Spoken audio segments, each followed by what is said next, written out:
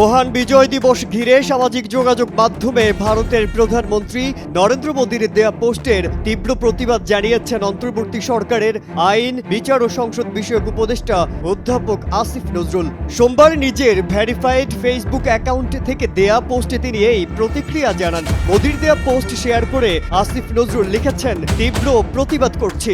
16 December 1971 ছিল বাংলাদেশের বিজয়ের দিন। ভারত ছিল এই বিজয়ের মিত্র, এর বেশি কিছুই নয়।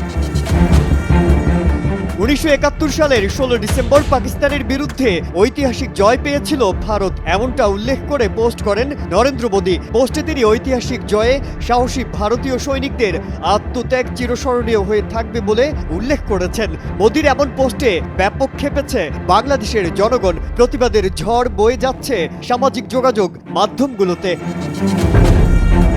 নরেন্দ্র মোদী জানিয়েছেন, 1971 সালে ভারতের ঐতিহাসিক জয়ে অবদান রাখা সৈনিকদের সাহস ও আত্মত্যাগকে সম্মান জানাই। তাদের নিঃস্বার্থ নিবেদন এবং অটল সংকল্প আমাদের জাতিকে রক্ষা করেছে এবং আমাদের গৌরব এনে দিয়েছে। মোদীর এমন পোস্টের তীব্র প্রতিবাদ জানিয়েছেন আইন উপদেষ্টা আসিফ নজরুল। সামাজিক মাধ্যম ফেসবুকে তার এমন প্রতিবাদে ব্যাপক তোলপাড় হয় নেটিজেনদের মনে। আসিফ নজরুলের পোস্টটি সোশ্যাল মিডিয়ায় ভাইরাল হয়ে পড়েছে। মন্তব্যের ঘরে গিয়ে নেটিজেনরা ক্ষোভ প্রকাশ করছেন।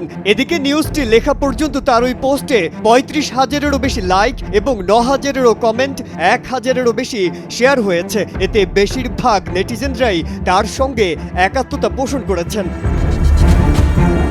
পাকিস্তানের বিপক্ষে বাংলাদেশের এই বিজয়কে ভারত নিজেদের বলে দাবি করায় এ নিয়ে তীব্র প্রতিবাদ জানিয়েছেন বৈষম্য বিরোধী আন্দোলনের অন্যতম সমন্বয়ক হাসনাত আব্দুল্লাহ সহ আরও অনেকে। মোদীর সেই পোস্টেও প্রতিবাদ জানাচ্ছেন বাংলাদেশের আপামর জনসাধারণ।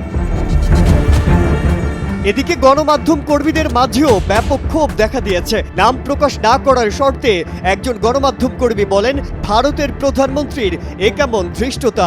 16 ডিসেম্বরকে তারা নিজেদের বিজয় দিবস বলছে, এখানে কোথাও বাংলাদেশের নামটা পর্যন্ত নেওয়া হয়নি। বাংলাদেশ সরকারের উচিত এর জবাবও কূটনৈতিকভাবে দেয়া।